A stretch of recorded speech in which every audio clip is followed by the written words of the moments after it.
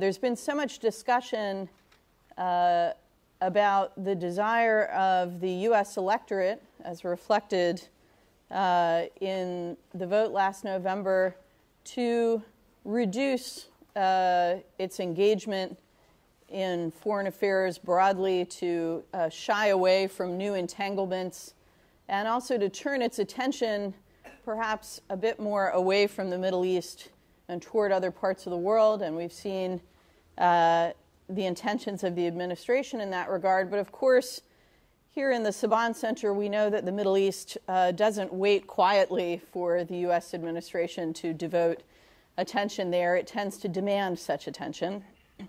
And I think on no issue is that more clear this year than on the issue of the brewing confrontation with Iran over its nuclear program.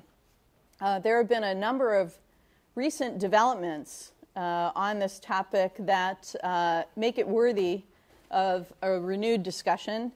And I can't think of anyone I would rather have on our dais to help us think through the U.S. approach to this very challenging issue than Ambassador Tom Pickering. Thank you, Tamara. It's very nice. You don't always get that on a Tuesday morning very early. Tom is, among his many other accomplishments, a distinguished fellow in the foreign policy program here at Brookings, and we're delighted to have the opportunity to bring him here to the stage. He's also, of course, vice chairman of Hills & Company, an international consulting firm, and a retired U.S. diplomat with a very distinguished record, including service in the Middle East, but also to major global powers like Russia and India, who are playing a very interesting role in the evolving diplomacy over Iran. So, Tom, welcome. Thank you, Tamara. And along with Tom, of course, we have our own Kenneth Pollack, senior fellow in the Saban Center. And Ken is finishing a book right now on the challenge of Iran, which you will be able to look for in bookstores later this year. So we're very happy to have Ken with us to provide some comments on this topic as well. What we'll do is we'll have a little bit of a conversation up here, and then we'll open it up for questions from the floor. And why don't we jump right in with some of these recent developments. There's now a date set for the next round of international negotiations to be held in Almaty, that distinguished diplomatic capital. One wonders perhaps if that quieter location will allow a little bit of distance from the glare of the cameras. Do you expect much progress? What do you expect from these long-delayed, long-awaited talks in Almaty? Thanks, Tamara, very much. It's a pleasure to be with you all. I can't think of a more wonderful crowd to bring in out of the rain for what has been the longest-running non-event discussions about Iran in this town for some time. I wish I could say I thought that Almaty would produce something. I live in fervent hope, but I think the reality is that it seems to me to be pretty unlikely at the moment. You have pending internal processes, I think, in Iran, leading to the selection of a new president in the summer and inauguration sometime in the autumn. And so that might well be a period of stasis. So on the other hand, because you can get any point of view from any Iranian you talk to, some are also talking about an opportunity. And we'll have to wait and see. The rocket that shot up at Munich on bilateral conversations, launched by Vice President Biden, and seemingly supported by Foreign Minister Salehi, at least for a few seconds, fell on unfertile ground somewhere. And that doesn't look like it's a good omen of good things to come. There are opportunities in Almaty. My own sense is that all of the talk about a grand bargain is probably a massive amount of overreach given the extent of mistrust and misunderstanding But this is typical diplomatic thinking, and it could be overturned. But we see very little signs of what one might call a kind of miraculous Henry Kissinger secret trip to Beijing in the offing here. One could stand that kind of surprise, but I don't think that's in the offing.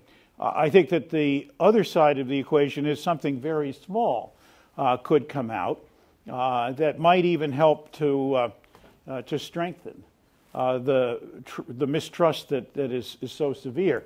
The Supreme Leader, on one hand, seems to be saying it's perfectly okay to talk at P5+1, but sitting down separately with the devil is not yet in the cards. The devil somehow has to change his outlook on life. And as we all know, preconditions are not a very good way to set the stage for moving towards something successful, although these preconditions seem to be separate and isolated, apparently, from the bigger set of talks. The problem with the bigger set of talks is probably, at the moment, too many moving parts, too many people in the room, too much difficulty in getting even a kind of inter-allied point of view on the table in a way that might even be encouraging to the Supreme Leader as opposed to the other way around. So I would say chances are very small, but I'd be very happy and very grateful to be surprised. The small chances, in my view, have more to do with the possibility of a small agreement. Even a minor one, I think, would help. And so one could say that the best expectations at the moment are that they will set another date and even another place, and that in itself will be encouraging, because we all know that the rounds of negotiations that took place before 2012 always ended in one day with pretty much wide disagreement, and with the task of the negotiators to spend the next year figuring out where and when to meet again. And if we could get over the procedural hurdle, that would be some small but not very gratifying dividend. Tom, as you look at how the United States has prepared the ground for this set of talks, you noted that the notion of bilateral talks fell on unfertile ground. Of course, one reason that trial balloon was put forward is because there were those arguing that that's what the Iranians really need to feel reassured. They need the direct engagement with the United States and to probe on whether the U.S. is truly interested in a deal or is really just interested in changing the regime in Tehran. And they need the reassurance that direct bilateral talks could provide. Do you think that the Obama administration has constructed an approach that responds to Iranian concerns and that can solicit a meaningful response? I think they've tried hard, in all honesty, and I think they've tried it at any number of times to reach out. And it's hard to see how one could overcome this, except perhaps for some actions that we might take that would be demonstrably difficult for U.S. domestic relationships, and indeed for a process as a significant down payment without any sense of return. So I find that particularly hard. I think that the Iranians, in their own view, have reason at least to argue that we're not serious and all we want to do is remove their regime. I mean, we have reasonable reason to argue on our side that they're not serious and all they want to do is go into a giant schlep until, in fact, they are ready to make a nuclear weapon and presumably decide to do so and go ahead very quickly and see if they can slip that past the goalpost. I think that's a very stupid thing to be thinking about. And as Ken reminded me this morning, there was a reiteration of the fatwa over the weekend with the challenge that if we really wanted to do it, Ken, we could do it. Nobody can stop us, but that's not what we want to do. The fatwa against nuclear weapons. The fatwa against nuclear. There are a lot of fatwas, I suspect, but I don't pay attention to those other ones. And to some extent, interestingly enough, a year ago, Secretary Clinton said we ought to sit down and see if we can make the fatwa into a prevailing reality. And I think that that's an important part of the approach. So what would that look like? Well, I mean, it would look like the kind of agreement that many people have written and thought about.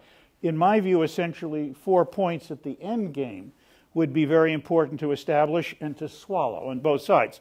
One would be basically accepting the fatwa, but making it a reality by building in to the Iranian civil program what I would call significant, even slavish adherence to civil objectives, so that in fact you would have some idea in quantity and quality how much enriched uranium they really thought they needed, and we could agree with either to fuel the TRR, the 20% using reactor, or to provide the only logical reason why they would need fuel is in case the Russians renege on Bushehr. They have nothing else. They have a 20-reactor plan. It was the Shah's 20-reactor plan, but we don't see any money being put into any new reactor build or any contracts led or anything moving. So that part is fairly chimerical. And I hope the Supreme Leader understands what our doubts are about a program that is zooming ahead, producing a lot of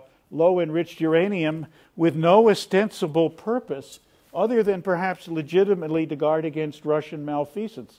But that in itself would be subject to quantitative limitations. So first we need to build in to an Iranian program something that provides us the best of all possible guarantees against breakout.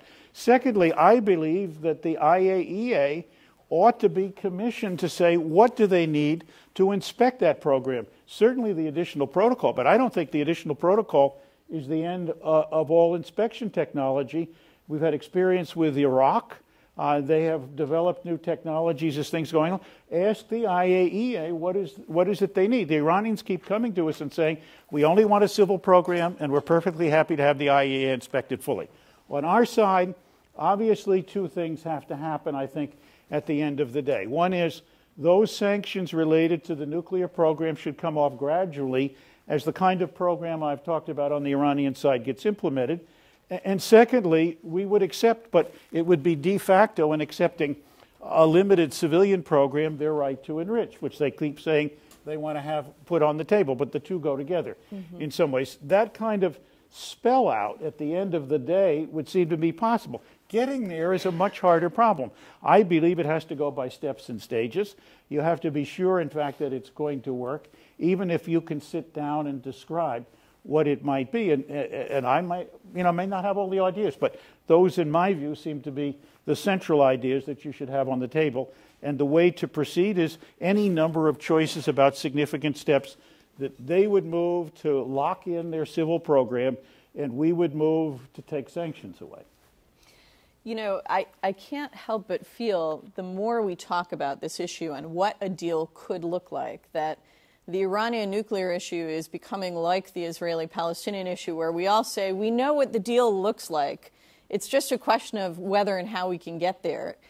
Do you think it's possible, taking the incremental approach that Tom's talking about here, to get to that kind of deal? Yeah, I think you're focusing on exactly the right thing, and to kind of build on some of the points that Tom, I think, has very cogently made. I think this is actually a moment, as we're kind of thinking about re-engaging with the Iranians, to start to think a little bit big picture. I agree completely with Tom. I don't see breakthroughs coming out of Almaty. I think that it's a moment when we need to put down some very important markers to the Iranians. I agree with Tom. I think that we need to say to the Iranians, we are serious about a deal, and we truly would be willing to lift the sanctions, and I'd go beyond that. I'd like to see the United States saying we are willing to provide even more meaningful benefits to the Iranians in return for their willingness to make the kind of compromises that we need from them, exactly along the lines of what Tom is suggesting. But I think what you're getting at points to some bigger picture issues. On the Iranian side, again, as Tom has already suggested, I think the Iranians need to ask themselves whether they are willing to strike a deal and live by it. I agree with Tom. I think the Iranians have been hinting broadly at it. I think that the Iranians have kind of put out there the fact that they would be willing to stop at the 19.75 level of enrichment, and they would be willing to accept at least the additional protocol, maybe going beyond that. And I think that you can kind of broadly see the outlines of that deal. And I think that the United States, for its part, has kind of sort of hinted at that as well. But I think on our side, we've also got a lot of work to do. And I think in particular, while it's certainly the case that the incremental approach that Tom has laid out, I think can get us there, it's only going to get us there if the United States, and that means the whole U.S. government, is actually willing to accept the end state. Okay? And the end state is going to be an Iran that is limited, that is bound by inspections, backed by the threat of renewed sanctions, but ultimately is going to have some enrichment capability. And one of the things that I worry about is whether the U.S. government, the whole U.S. government, is going to be willing to actually live with that. And by that you mean within the executive branch, or are you referring to Congress? I think certainly within the Congress, but I think that there are some within the executive branch as well. And I think that we're going to have to sit down and say, can we live with this? Because if we keep saying no to the Iranians are not allowed to have any enrichment capability, I see it as making perfect the enemy of good enough. And unfortunately, it is a perfect that I do not think we will ever achieve. Well, Ken, you know, I totally agree. And Bill Lewis and Jim Walsh and I wrote a piece 4 years ago, but we were only following on other people who had been writing pieces. And so it seems to me that you have to crack through this barrier. I can remember in 1994 writing a cable from Moscow after I had spent weeks beating the hell out of the Russians on no nuclear program in Iran, and you've got to be with us. And they said, why? They're NPT members. They haven't done anything wrong. And, you know, in the end, we could sell a reactor here. This is good stuff for us. They were very poor. So I went back to Washington. They said, maybe it's time for us, rather than to do the right thing 2 years too late, go after an Iranian program to make sure they do not get into sensitive facilities, enrichment and reprocessing. I never got an answer to that cable, one of the many that I never got an answer to, but that's okay. You know, we live with that. Such is the but fate of the notion is that we have essentially been right about how to deal with the Iranian program, but usually 4 years too late, when they've already had what it is they want, and we're coming back and asking for rollback. So I think that's right. And I think that, look, no enrichment is splendid if you could get it, but I don't think you can get it. But I think you can get limitations and firewall them with the IAEA, and that's probably the best you're going to be able to get. But just diddling around means, in fact, that their present effort, which I think is sincerely where they want to go, they keep talking about being like Japan, having in hand all of the technologies that are necessary to go should they decide to go, is something that we need to take into account. Now, I think they're there, or practically there, and we can argue about a little bit of this and a little bit of that. I would like to see, however, the amount of enriched material bear some real relationship to a civil program and its needs, which in my view would put it below the danger point rather than above the danger point that they have a whole lot of it and they can move very quickly and it'll be done deep underground, and we have all of those concerns. And we keep hearing from them that's what they want to do, but we can't seem to get out of what I would call the low gear of 4 or 5 years ago, where we were totally convinced that the lowest common denominator of Western opinion had to be no enrichment. And I suspect that we're still there because there are enough people who are out there, and the President and others aren't willing to break the tie. Although I have to admire Secretary Clinton. As you remember, she said about a year ago that she felt it would be possible to get toward a program where there was some enrichment, but it had to be bound, or at least there was a hint in that direction. And I think she was putting on the table what it is that you're talking about, but we haven't done it concretely enough. And to some extent, a proposal that was either inherently or explicitly in that direction. And I laid out for you what my end state goals would be. If we could lay out end state goals, we would hopefully get over that hurdle. I would, because I think it's very important, like to see us engaged in negotiations for 2 reasons. 1, because I want them to succeed. But 2, if they're going to fail, I want to know sooner rather than later. Mm-hmm. Can I just probe for a minute on the international dimensions here, and particularly as it relates to the question of enrichment and the question of sanctions? Because you both seem to emphasize the idea that getting the Iranians where we would be comfortable with them being on enrichment means putting forward the real prospect of sanctions relief and even more carrots, potentially, than that.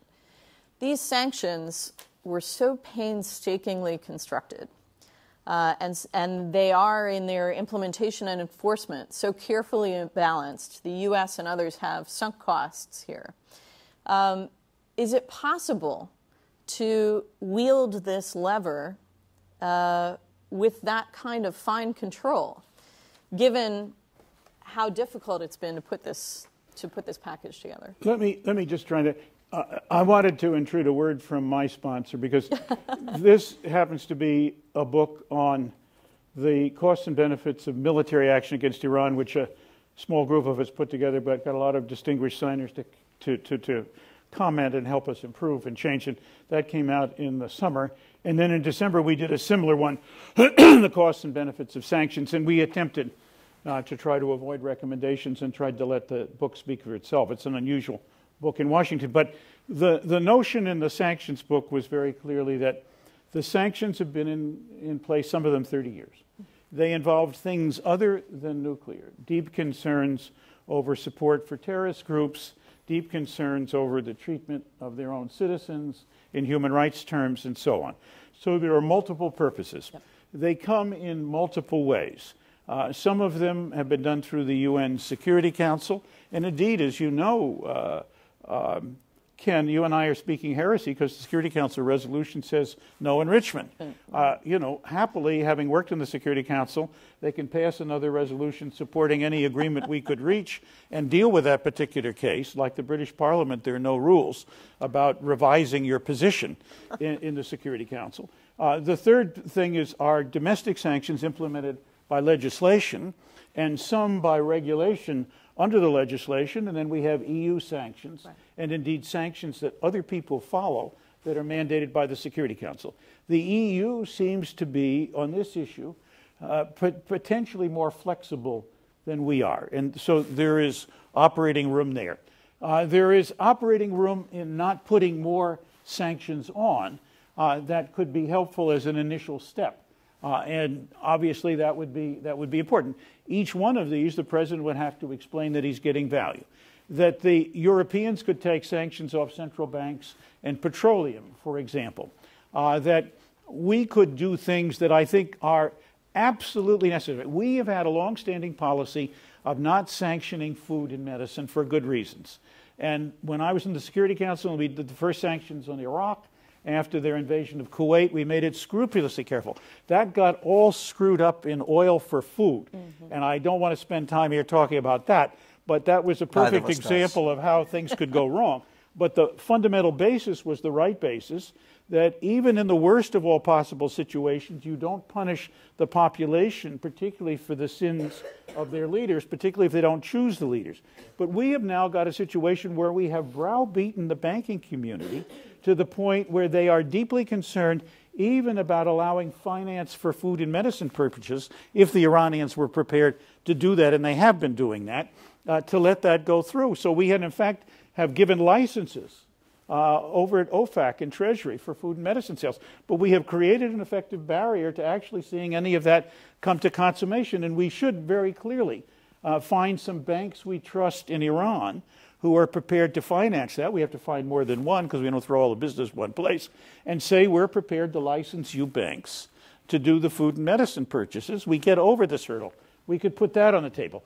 I, for a long time, have thought that while it was important for us politically to punish Iran by keeping it out of the energy business with Pakistan and India, at some point early in the game, the permission for that pipeline would be extremely important. Why? Because two firm, important, not necessarily totally agreed U.S. allies are prepared to open an energy window, not the only one, but I am convinced that good pipelines make reasonably good neighbors.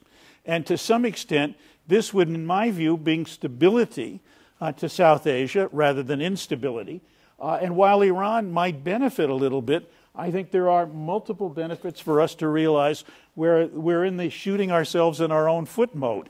So that could come. So there are a lot of things that one could do creatively here in the early stages, and that would be the testing time. Once things work, I think it's going to be easier to convince people to take them off. But look, I'm a realist.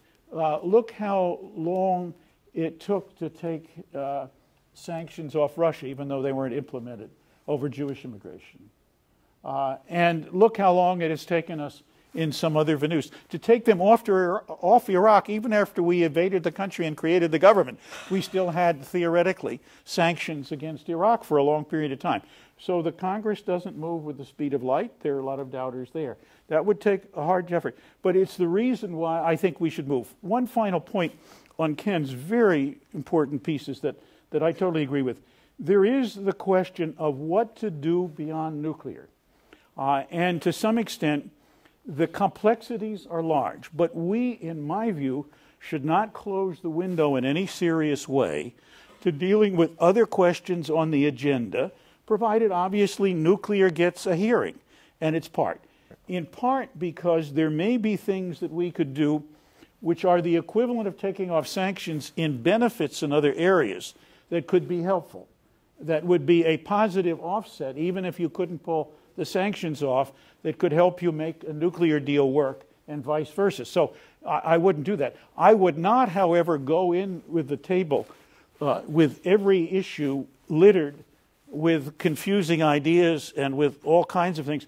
But if the Iranians are prepared and interested, then we ought to take a look at it and see how we can get. Because over a period of time, finding a way slightly to expand the envelope and include other benefits in a negotiation as difficult as this one is an option that we have, and we shouldn't lose sight of it. It's what one would call the non-sanction sanction positive effort that could complement this. And I thought you were heading there, and you almost were, but let me just take it because I think you and I agree on that this. Was yeah. absolutely. Yeah. Mm-hmm. You know, I think there's an issue here as we talk about expanding the arena for negotiations so that one can find other incentives to bring to the process. We have to look at Iran in the region and the U.S. in the region. And the way these other regional dynamics, the turmoil of the Arab awakening, and particularly the conflict in Syria, is shaping the environment within which these talks will take place. I wonder, Ken, if you can speak to that a little bit from an Iranian perspective and from an American perspective. How do these regional developments play? Are these things that could be leveraged for one side or the other in a negotiation?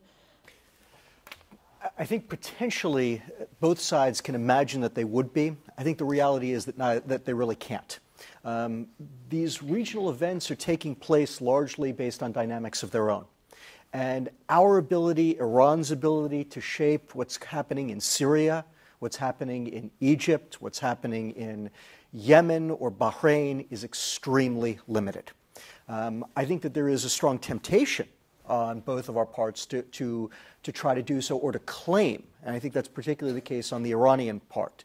But I think that the reality is that we all know that these countries are being driven by forces internal and inherent to themselves. And I actually think that it's one of these, and it goes back to a point that I think Tom was making earlier on, which is that what's going on in the region actually ought to give both of us more of an incentive to actually come to an agreement. What concerns me is that if we're not able to reach an agreement, it's going to drive us to a place that's going to be actually much harder for both Iranians and Americans. On the American side, the choice has become fairly obvious, which is if we don't get a deal with Iran that we're comfortable with, that they can live with as well, we're going to face the worst choice of all. The choice between going to war with Iran or living with a nuclear Iran. I have my preference between those two options, but both of them are terrible options. And the truth is that the greatest incentive for actually coming to this kind of an agreement is so that we don't have to face that. And my fear is that the very incremental, not the incremental approach, but the incremental thinking of I don't like this concession, I don't like that concession, is going to drive us to that ultimate choice. That is my great fear. On the Iranian side as well, I think that they too will have some terrible choices to make. Do they go ahead and weaponize and say basically to hell with the entire world, we want these weapons and we're willing to pay the price? And for them, that price might mean becoming North Korea, which is actually something I don't think that the Iranians want to become, a state that has nothing going for it but its nuclear arsenal. Or the alternative, of course, is going to be making some very significant concessions that they don't seem to want to make. So for both of us, if we're not willing to make that deal, it drives us to make choices that ultimately are awful, much worse than what we could do right now. And I think at the end of the day, what's going on, the turmoil in the region, simply contributes to those points of, when you think about either living with a nuclear Iran or going to war with Iran in the context of the turmoil of the region, those choices are always terrible. They're much worse in the current context. For the Iranians as well, given the turmoil in the region, given what is going on, the choice between nuclearizing and becoming North Korea or making these kind of concessions that they don't want to make, also even more awful than they would be even under other circumstances. Let me just make two comments, Ken. I think that obviously we haven't talked extensively about it, and I agree with you on the military option. On the other hand, it's not off the table. So it might be North Korea on what is the negative of steroids. I don't know. I mean, the Iranians do not have massive artillery zeroed in on some nearby friendly city. We need to take that into account.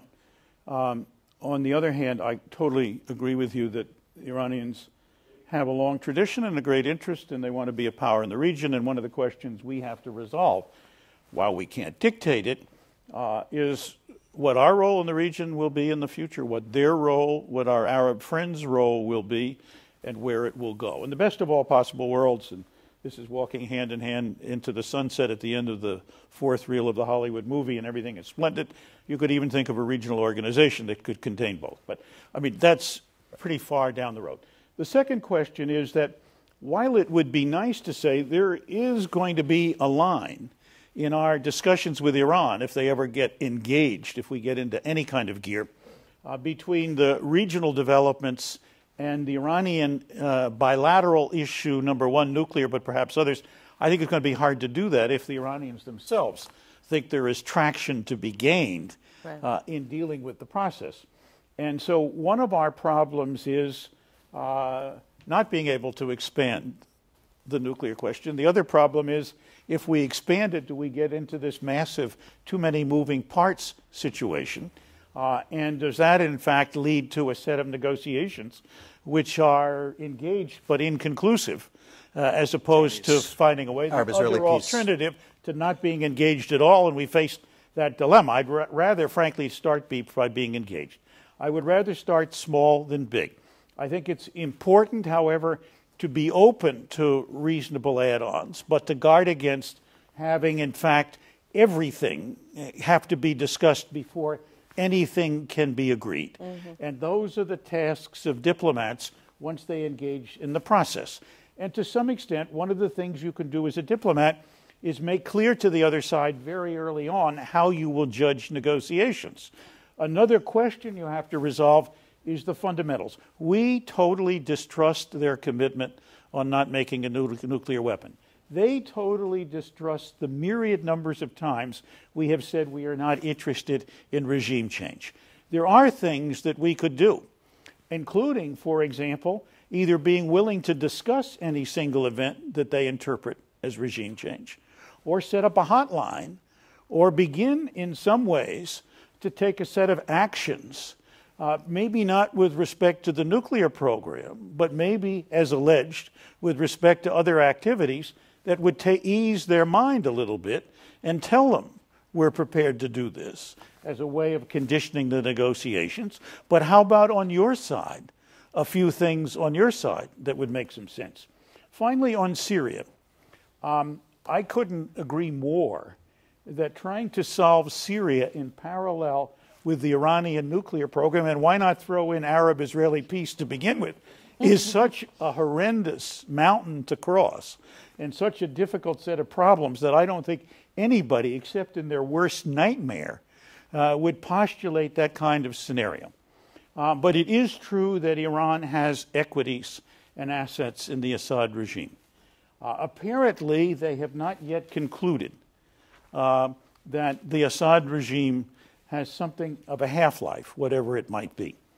To some extent, I believe that one of the things we can do, less for Iran, but maybe more for Russia, which seems to be at least aware of the fact that they may have that Assad may have a short half-life, is to beginning to move over on the other side of the fence with Lakhdar Brahim and what he's trying to do. My own view is that we need on our side, and this is not a popular view, but to join Mr. Khatib, who began to drop preconditions to negotiation and drop them all. There is no good negotiation, in my view, that can start with one side requiring that the other give up its primary preoccupation as a price of the process of beginning to negotiate. And I think that's unrealistic, and I don't know why we jumped on it in the first place, except it may have been seen as the one element necessary to keep the Syrian opposition together, even while we tried to move in the other direction. But now that Mr. Khatib has made this point of view, we have something of an open door.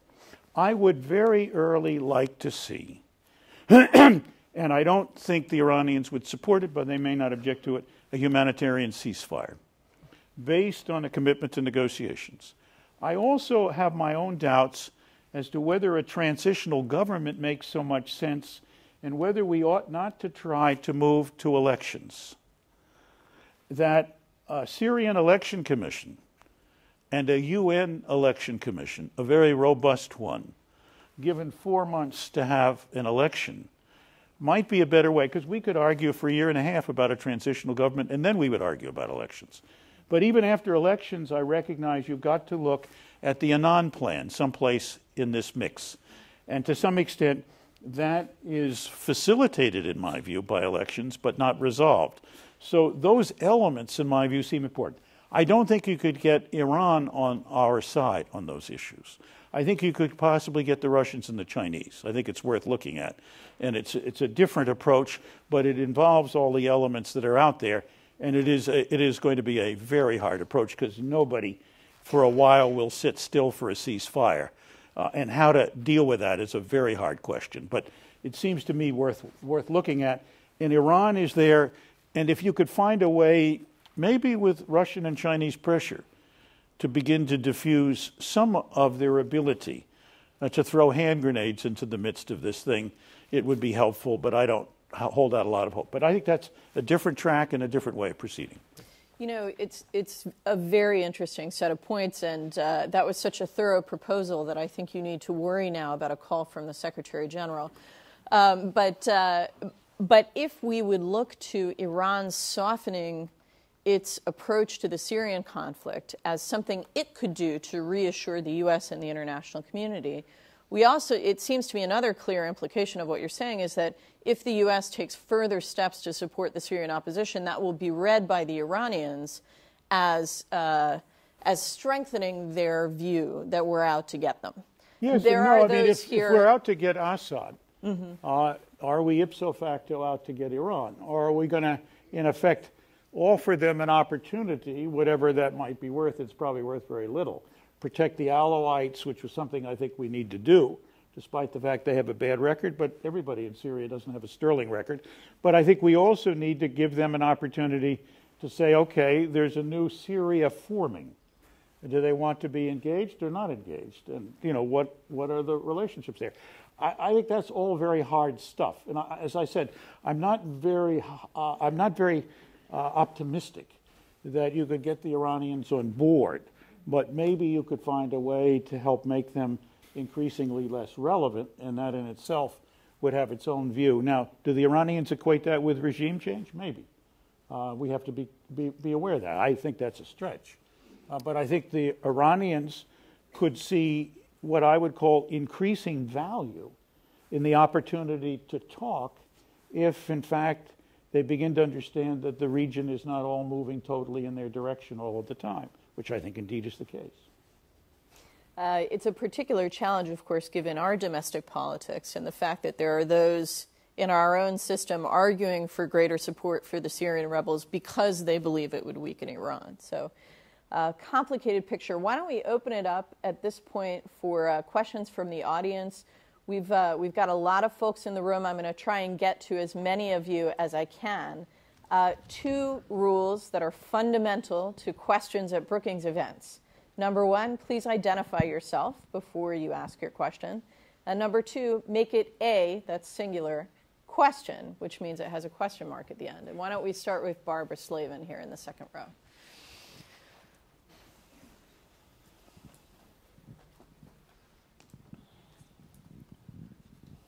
Thanks. Barbara Slavin from the Atlantic Council. A question to both our distinguished speakers. What is it going to take to get the Iranians, specifically Ayatollah Khamenei, the supreme leader, to agree to one-on-one talks? Is there some magic formula? I mean, if you read his recent remarks, he doesn't really rule it out. He conditions it, he hedges it. The U.S. has to be logical, has to show respect, etc. Is there some magic solution to overcome this, or are we just going to have to wait till after Iranian presidential elections for a better offer to be put on the table? Thanks. Thank you. Why don't you try, Ken? Barbara's always very good. Yeah, exactly. It's a great question. I'm going to answer it this way. First, I will answer your specific question with, I always have this line that I like to use, that if you want to be an Iran expert, it's actually very easy because you only need to know 2 phrases. I don't know, and it depends, because that's the answer to 99% of the questions you'll ever be asked. And this is one where I don't think we know what's in Khamenei's head, and I don't think that we know if it is even possible. Whether theoretically he has some threshold which, if we crossed, he would be willing to do it. I just don't know. It may be that there is no threshold, or it may be that the threshold exists, but it is not realistic for us to ever cross that. And so again, that would realistically make it impossible. What I think is more important, though, is in my mind, I'm not convinced that the direct bilateral negotiations are necessary. Okay? I think that there are a variety of different ways to skin this cat. And I don't think that we should make the modalities the be-all and end-all. I don't think that we should get into arguments over the size and the shape of the table. If the Iranians are comfortable in the P5+1 setting, I'm comfortable in the P5+1 setting. If they would like to move beyond it to bilateral negotiations, I'm comfortable with that too. But my feeling is it is going to be hard enough to get, as Tom was pointing out, to get an agreement that we can both agree on and to make the negotiations fruitful and have them proceed to the point where we can get that agreement. And so I wouldn't want to say, look, we have to have the bilateral to make this work, or we can't have the bilateral to make this work. By the same token, I wouldn't say it has to be a grand bargain or it has to be just about the nuclear issue. I think we need to show a lot of flexibility. I think that, and again, for me, this is why that focus on that end state, on thinking big picture, is so important. Because we have to have in our mind, what is it that we want, what is it that we are willing to accept, and also, of course, what is unacceptable to us. Okay? And I'm willing to pursue a whole variety of paths as long as they get us to that end state.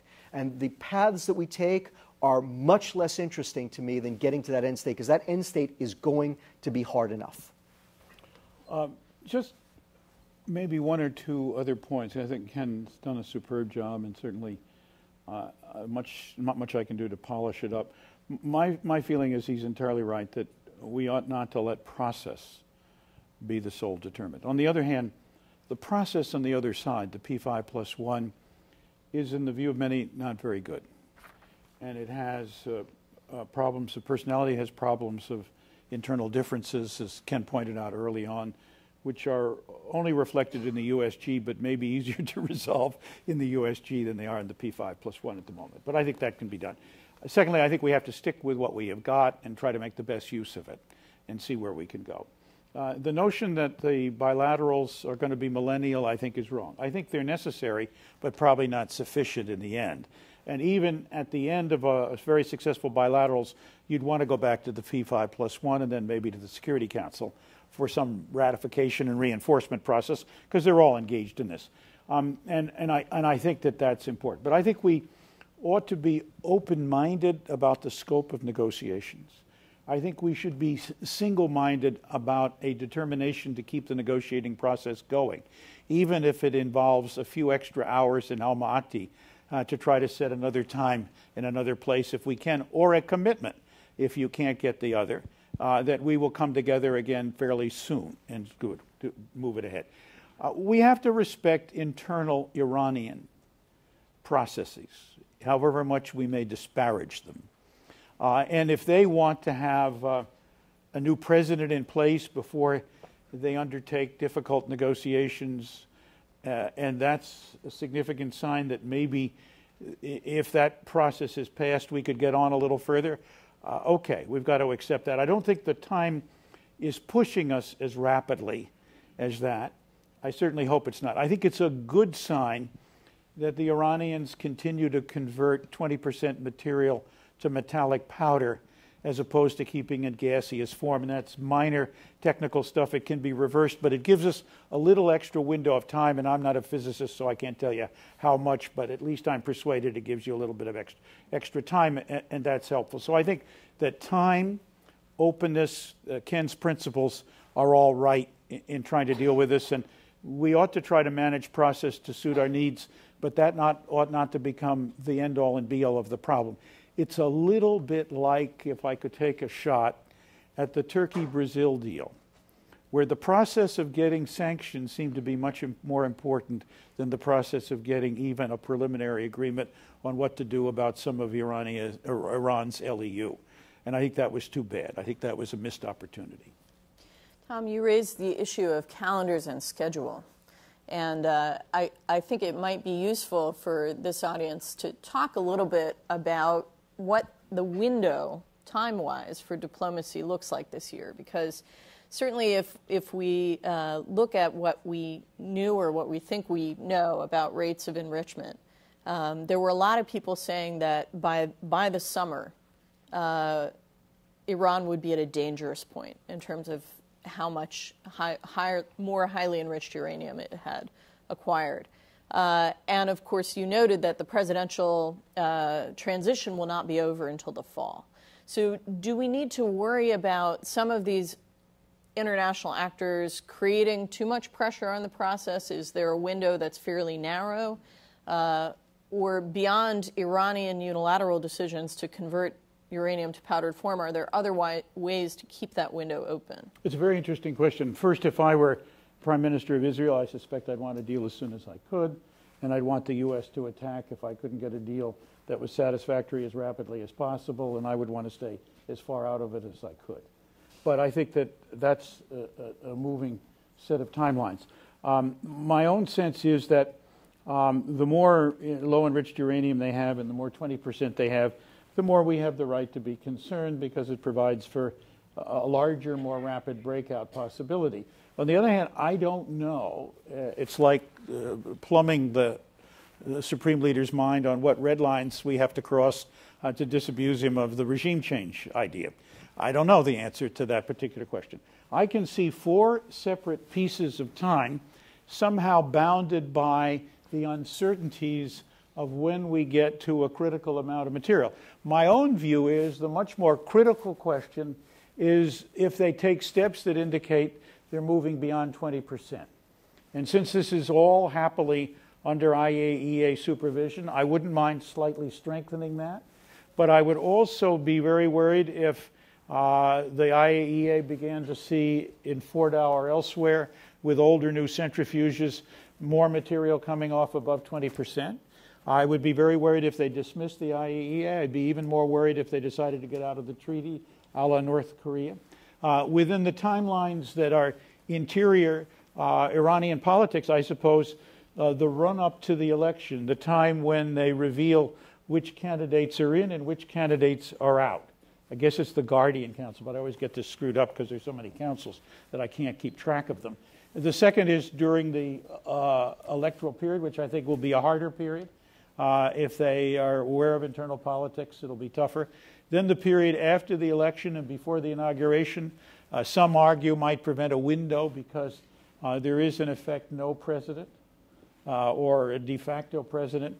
And then after the new president is in, on the other hand, we have seen over the last 2 years what I would call the very clear, not complete, but very clear growing paramountcy of the Supreme Leader and his decisions, even with respect to Ahmadinejad. And in fact, I think that Ahmadinejad has been a powerful force in driving the Supreme Leader in that direction, unfortunately, or fortunately, depending upon how you want to see kind of unipersonal government operating in Iran.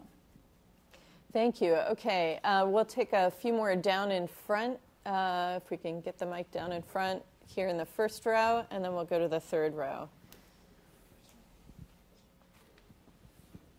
Thanks very much. I'm Garrett Mitchell, and I write the Mitchell Report, and I want to follow on a comment that Tamara made at the opening of the session about how this has sort of, it may not rhyme, but it sort of echoes the Israeli-Palestinian situation. From my standpoint, it does that because in the final analysis, it's not clear to me there's anyone who can do a deal on the Iranian side who's willing to do a deal. Is the Ayatollah Khomeini Arafat on steroids? And related to that, when we talk about doing a deal with the Iranians, do we kid ourselves by making that a plural? Right. So who is our interlocutor, and are they Arafat? Maybe the search for an interlocutor begins and ends with who the Iranians put forward. That's what you're stuck with, unless you have more mighty powers to operate inside Iran than I can foresee. And so picking your negotiator on the other side has always been a very nice thought, and indeed has informed governments from time to time who believed that one way or another they could very cleverly maneuver that. I don't think that's proved to be very useful. I think the second question is you've got to live with the government on the other side of the table that you've got. If you feel in the end that that government will make a deal it cannot deliver, you've got to be careful about that. On the other hand, if they can make a deal with you that you want, then you have to decide between those two very stark alternatives what you're prepared to accept. I never saw a government come to the negotiating table and make a deal with the other side that in the end it turned down because it didn't think the other side could deliver. It has always carried itself through to that next stage of making things happen. So I think we're stuck with that kind of a format and with that set of arrangements. Yeah, I'm sorry. What I was really driving at is something that comes out of Ken's that small volume that Ken wrote 9 years ago called The Persian Puzzle, in which he said that I think that he determined that there is absolutely no interest in Iran in having a relationship of any sort with the United States. That may be overstating it. So if it's interesting who's around the table, but in the final analysis, the only guy who can say yes or no is the Ayatollah, and he's not apt to say yes. That's what I meant by the question. Okay. I'll go back to the point that Tom made, which is I think I completely agree with, which is that I think it's important to have the negotiations both because they may work, and if they do, that would be excellent, and because even if they don't work, they tell us a great deal about the situation that we're in. I continue to be very skeptical that Ayatollah Khamenei actually wants a real relationship with us. And that goes back to my answer to Barbara's question. I'm not convinced that that is necessary to getting a deal. He doesn't have to like us to recognize that it is in his interests to begin to roll back the sanctions and begin to have a better relationship with the rest of the world, if not with us. And if he's willing to do what we need him to do, and it's basically the deal or some version of the deal that Tom and I have been outlining, I'm perfectly content to live with that. And in terms of whether they will live up to that, my sense of the Iranians is that they're not going to agree to something if they're not actually willing to go ahead with it. They don't seem to be the North Koreans who will make a deal and then immediately renege on it. I'm struck by the fact that for whatever reason, the Iranians continue to just stiff the IAEA, as opposed to the North Koreans, who I think would have told the IAEA whatever the heck they wanted to, and then the moment they left, gone and did what they wanted to do. That says to me something different about the Iranians. And at the end of the day, the last piece of it that I think is really critical, which Tom and I have both focused on, is the fact that what has to happen for this deal to work for us is very extensive, very intrusive monitoring and inspections. And we will see. If the Iranians are not willing to go along with that, the deal comes apart immediately. If they are, then that tells us that they are willing to abide by the deal. So I think it's one of these where we actually don't have to trust the Iranians to do the right thing. This is going to go way beyond what we agreed to with the North Koreans. Can I make just 3 quick points? That we put a lot of pressure on them to get a deal. That's not without its own effect. We know, in fact, the drinking poison statement at the end of the Iraq-Iran war. Secondly, they don't have to become our best friends as a result of a deal. Obviously, that's a more difficult problem as the question goes ahead. But it's something I think that we don't have to count on, and in many ways that's be nice, but I don't think that that's necessarily the way in which the things have to develop. I think that those two pieces are important here. The third is that we have had deals in the past.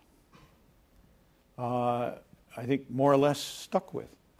So, in fact, there have been occasions under which, despite Ken's conclusion, but I don't necessarily support, but I have to read his book again to be sure that I'm correct in my non-support of his ideas, that this is not something that is so completely strange. And finally, the point about North Korea and Iran is interesting. The comparison to the Arab-Israeli question is interesting. The major point of the comparison is we all know what the deal can look like. And we all believe, since we're not Iranians, that it's a perfectly splendid deal because it's kind of win-win for both sides. And secondly, we all believe it's the personalities and their differences and their internal arguments and their internal concerns that keep them from making the deal at the table. But the third point, I think, is an interesting one. I sometimes make the point that there's a third issue about the Arab-Israeli peace process. The only thing that is harder than getting an agreement between the Arabs and the Israelis is to figure out a way for the process to go away completely and finally and never to return. Mm-hmm. A very good point. Okay, I think what we'll do, since there are a lot of hands up still, is we'll take a couple of questions at a time, and then we'll come back up, and let's start right here. And then dodge the hard ones. Yeah, and then please do keep your questions as brief as you can so we can get to as many people as possible. Go ahead. Mr. Pollack, you talked about the Iranians need to trust the U.S., that the U.S. is not going to overthrow or help overthrow the Iranian government. But delisting MEK and also, let's say, holding meetings with the leadership of MEK and the Congress and members of the Congress, meeting with them recently and talking about overthrowing the regime, would that convince the Iranian regime that this is all going to be to their benefit or not, especially in this period of time? Thank you. Okay, so again, how does our own divided government affect the equation? Let's go right here.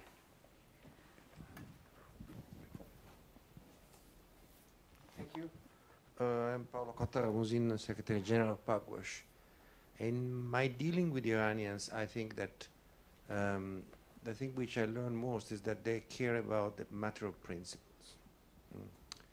So if you want to have a deal, you have to acknowledge their rights. And acknowledging their rights, meaning, since they're a member of the NPT, being able to do whatever is admitted by the NPT. So I would claim that if you want to have a deal, you have to acknowledge at the beginning the idea that they have the rights to enrich. Then, my understanding is that lots of things can happen. The last thing they heard in hold that Tehran, close to your mouth. Thank you. just a second. Sorry. Yeah. The last thing I heard interesting in Tehran was we are ready to suspend enrichment for 1 hour, meaning there is a possibility of mediation, but you have to give them the rights that are acknowledged by the NPT. I would like to ask, the question is two. I think that, first of all, what can you do here in the U.S. to promote this idea that somehow you have to acknowledge their rights? And this can be perceived as a defeat, and ideologically it is, but I think it is a necessary defeat. And then the point is that how can you, in a sense, readdress the issue of the sanction in a way which is progressive, step by step. I think if you do this, then the issue of regime change will be, in a sense, secondary, since that they would have a proof, a visible proof, that the authority is respected. And then this will induce the idea that regime change is not such a priority. So I would say the basic question is, for you Americans, how can you make the political system here to acknowledge their formative basic rights, then lots of possibilities of open up. Okay, for those of you who weren't able to hear, it was another question about how American domestic politics relate to the negotiations, and is it possible to form sufficient political consensus here in the U.S.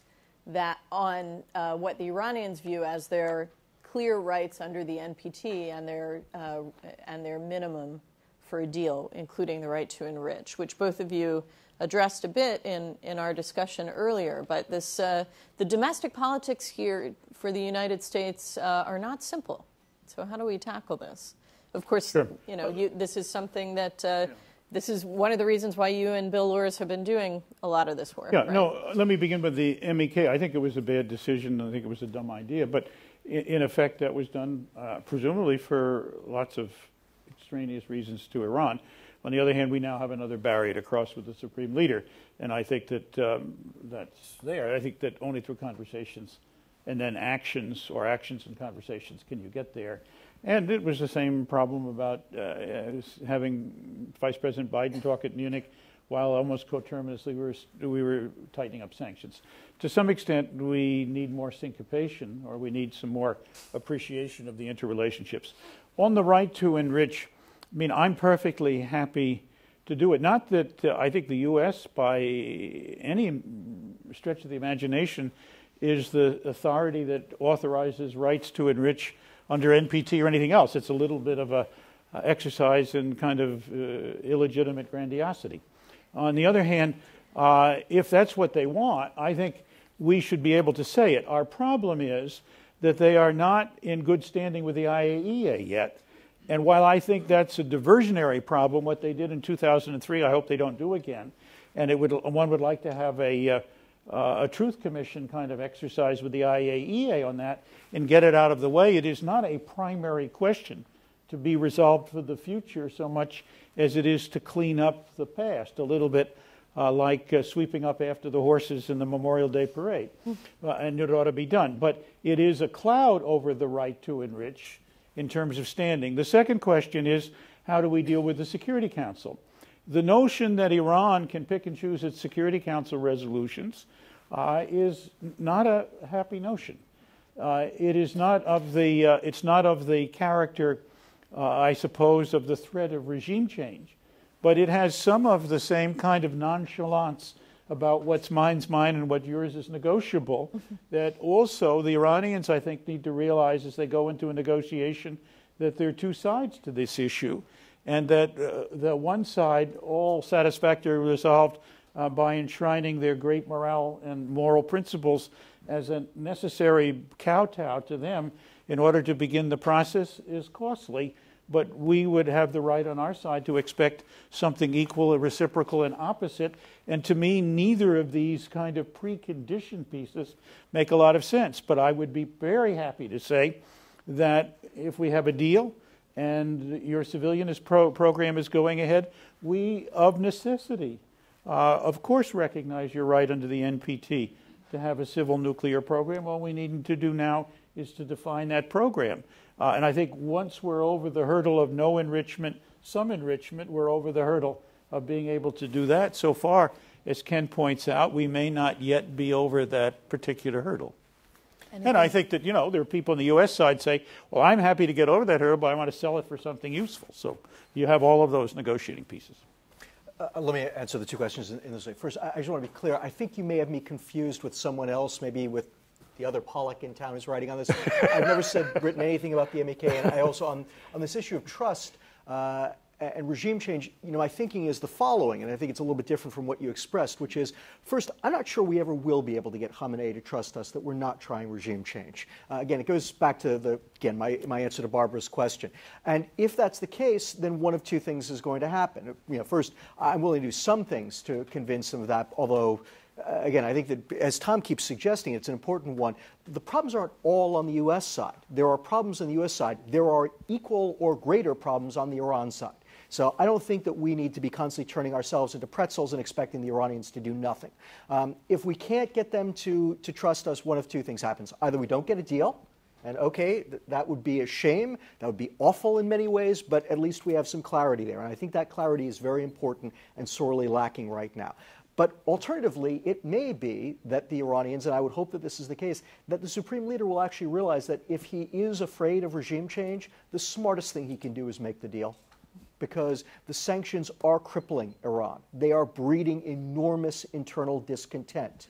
Okay? They are creating an atmosphere where there are a lot of groups who are unhappy, and there are a lot of people outside of Iran who are looking at it and saying, well, the sanctions haven't succeeded in convincing the Iranians. What is the next thing that we can do? And regime change is the obvious next thing. In fact, you can make the argument that if the Iranians aren't willing to accept the deal, that if they are it will seem they are hell-bent to get this capability, then by God, we've got to get rid of the regime. That's the only alternative. So I think if Khamenei were really smart, he might recognize, actually, that if he really is concerned about regime change, making the deal is the smartest thing he can do. In fact, it is essential for him to do so.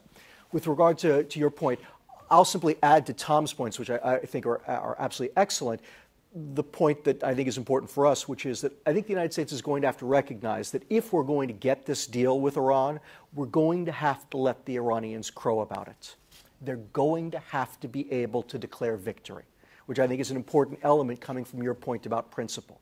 And I would hate to get into some kind of a fight where American politicians and Iranian politicians scupper the deal because both sides want to claim victory and that the other side lost. We're going to have to present it, and any American administration is going to have to say, you know what, we both won. Tom's point about it has to be win-win, and we're going to have to let them announce to the world that they did succeed in defending their rights. You know what? If that's what they need, fine. I want to make sure that we have limits on that program so that they can't move beyond what they have. Thank you. Okay, let's take a question in the very back corner there.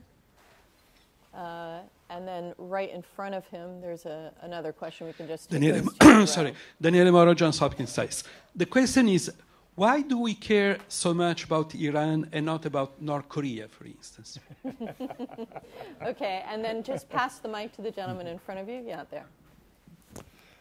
Edward Levine, retired from the staff of the Senate Foreign Relations Committee. I wonder what the implications are, if any, for Iran and for the process of the Secretary General's comments on Iran to the Washington Post last week. Okay, two good model questions in terms of their brevity. Daniela's question, I think, also raises the issue of proliferation around the region. One of the reasons why the Obama administration says that Iranian nuclear capability is such a threat is because it would lead to a cascade of proliferation around the Middle East. So I'd love it if you could address that as well. Sure. First, I'll answer the question as posed very quickly, which is, I'm just a dumb Middle East expert. Okay, so there's a session on Iran, I'm talking about Iran. But I actually have a great deal of sympathy for the sentiment, which is, I do think that North Korea is a very big problem. I mean, in fact, we often have this debate about, is Iran rational, how would they behave? From what I understand of North Korea, and you could barely fill a thimble with what I know about North Korea, but my sense is that they're not always entirely rational either, or that there are some things that go on in that regime that can lead them to do things that don't always seem rational to other people. That does worry me enormously. But let me take it to where Tanya wants to go, which I think is a good one. I think it gets to North Korea as well, and this issue of proliferation. I think that proliferation is a very big concern about Iran's nuclearization. I think it is one of the reasons why, as I suggested before, it would really be better if we don't have to continue going down this road, if Iran does never cross certainly the weaponization threshold, because I think it could drive countries. That said, I also think that there is an hysteria around proliferation, and again, I think this is the problem that we've got on Iran, is that there's hysteria on both sides. Yes, proliferation is a very real problem. By the same token, I don't expect that the entire region will go nuclear the day after Iran proliferates. I think Saudi Arabia is by far the biggest problem.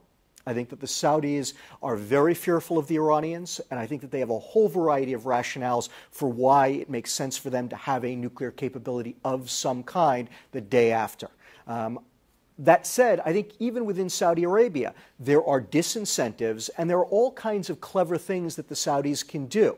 They have an arrangement with the Pakistanis. They can proliferate opaquely, or they can do things that may make people wonder if they have acquired that capability without actually passing the threshold. And what we've seen from the Saudis is actually that they're very clever about these kinds of things. We don't give the Saudis enough credit. I mean, let's remember, Tom will remember this very clearly, in the 1980s, during the Iran-Iraq War, we had the missile wars between Iran and Iraq. Everybody wanted ballistic missiles. The Iranians and Iraqis had active nuclear programs. The Saudis go out very quietly. They buy nuclear-capable Chinese CSS-2s.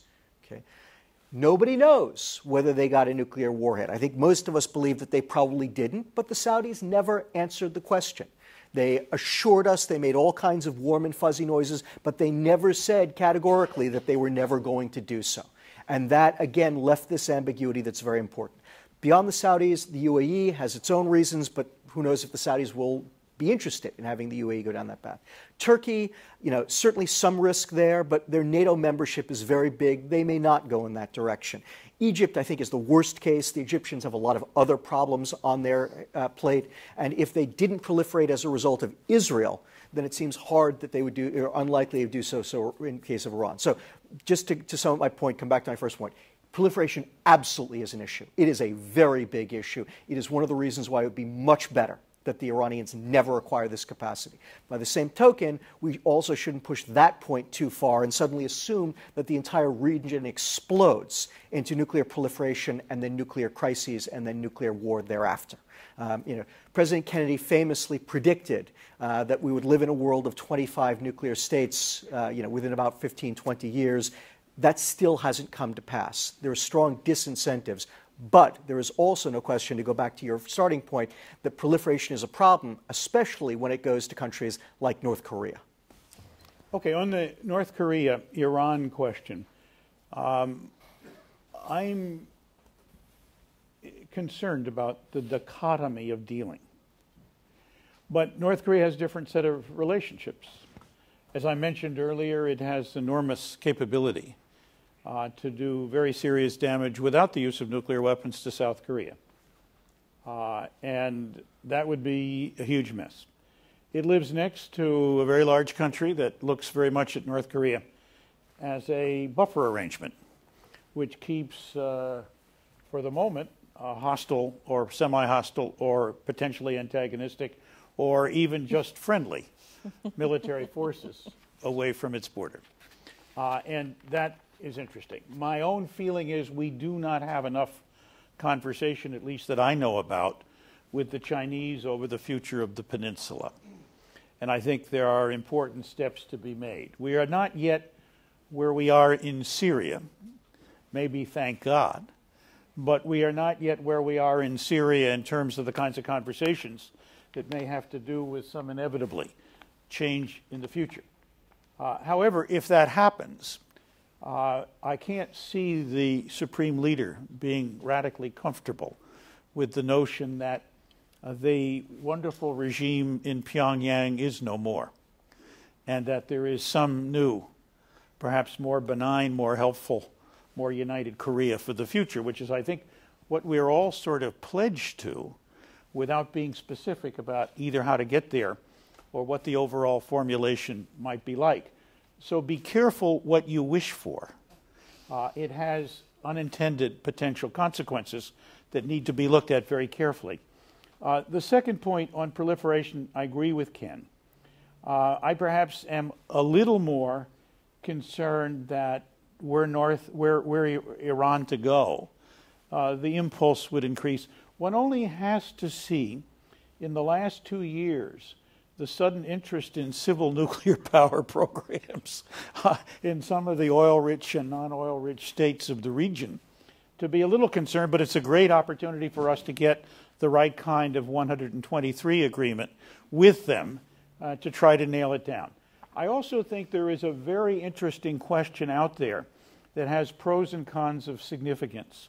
Should we begin to find a way to strengthen the kind of security assurances we're prepared to provide under the NPT to states that might in the future be threatened but aren't now exactly, and how and what way should we deploy that?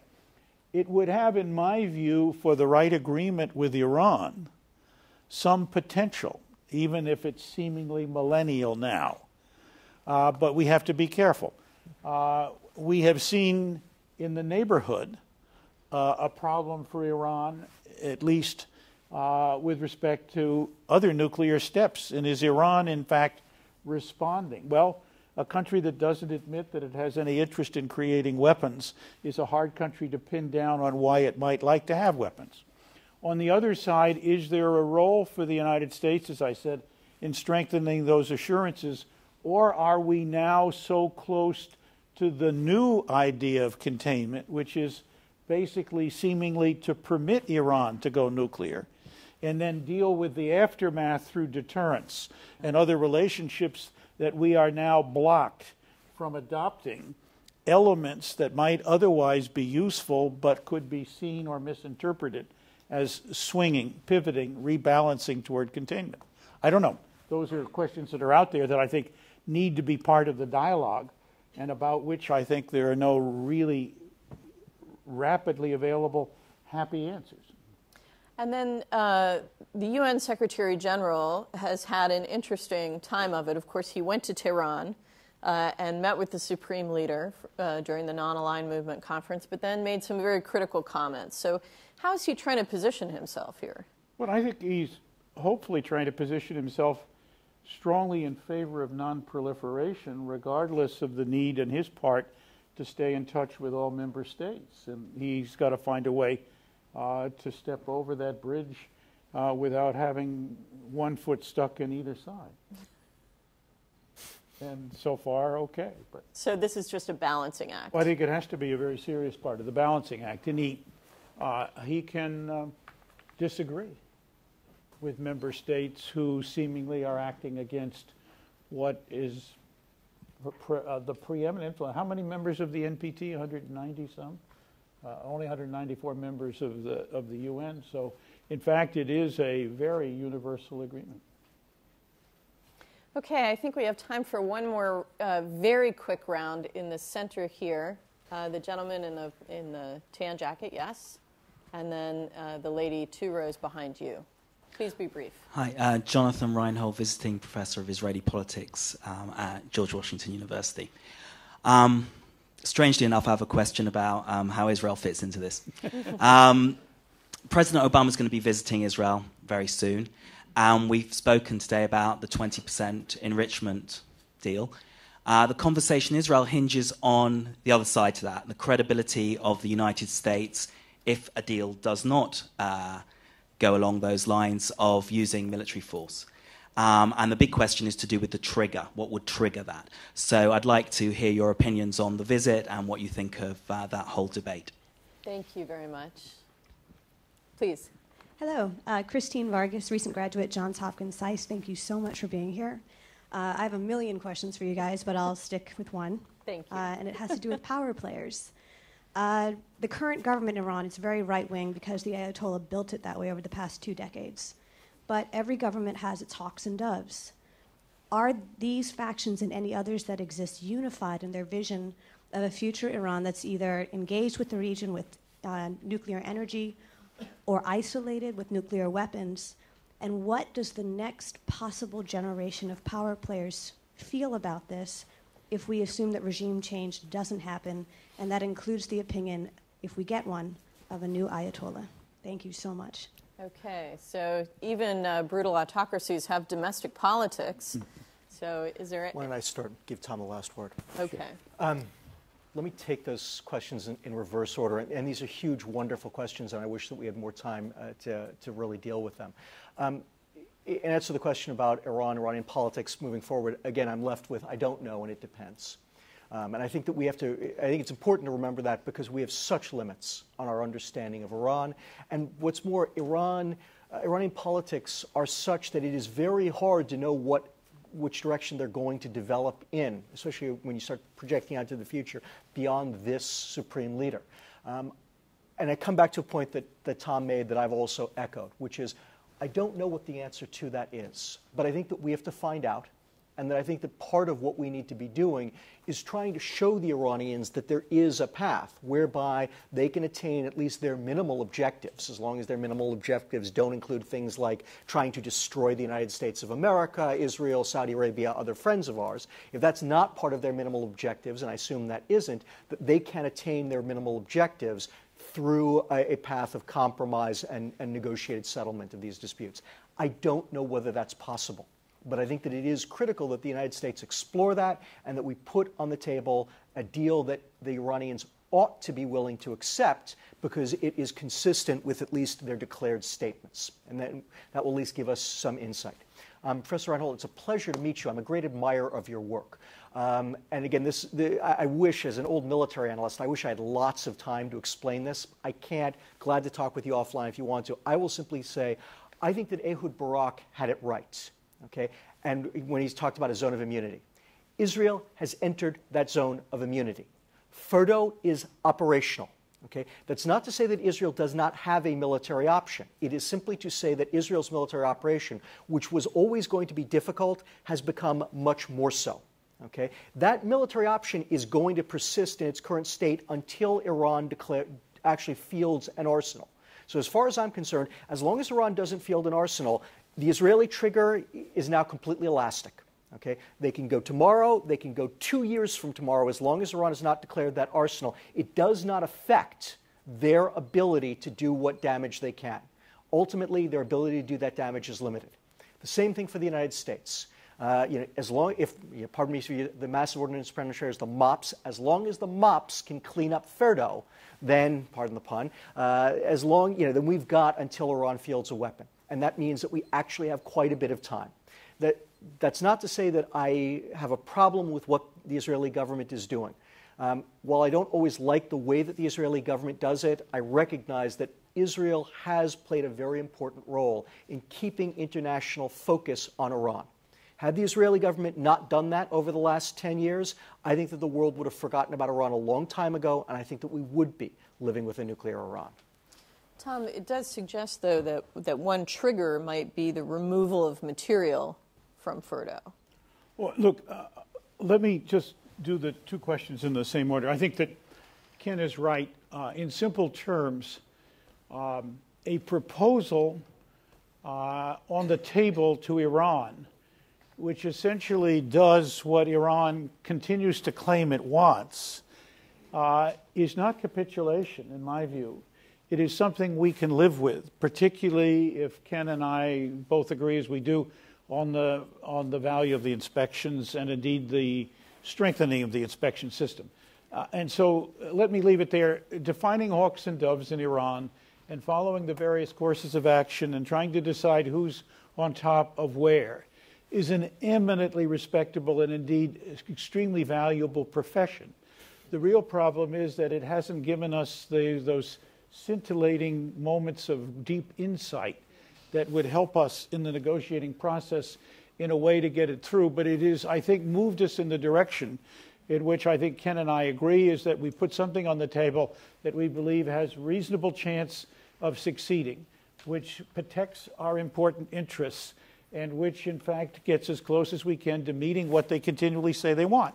And if they don't take what they want, then we have a different problem, and we need to look at it very quickly.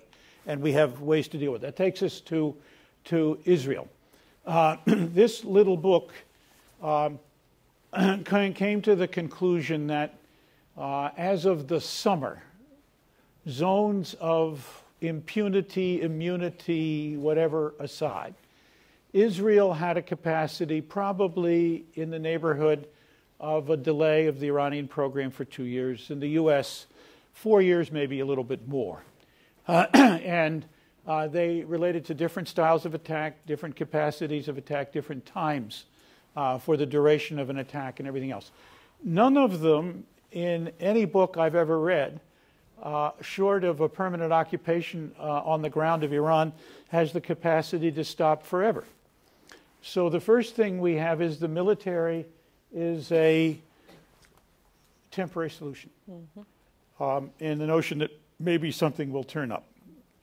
And it has a temporary solution with a lot of very serious drawbacks. And that's one of the reasons why It's on the table, but not rapidly being used. I would think that from what the president has said, without his accepting Bibi's challenge to draw his red line in specific, perhaps time-bound times, he's basically said if Iran is going ahead to make a nuclear weapon, and we think we would know about it, and I think there are reasons to believe that, then he would be prepared to use military force. But he didn't say he would use military force first either.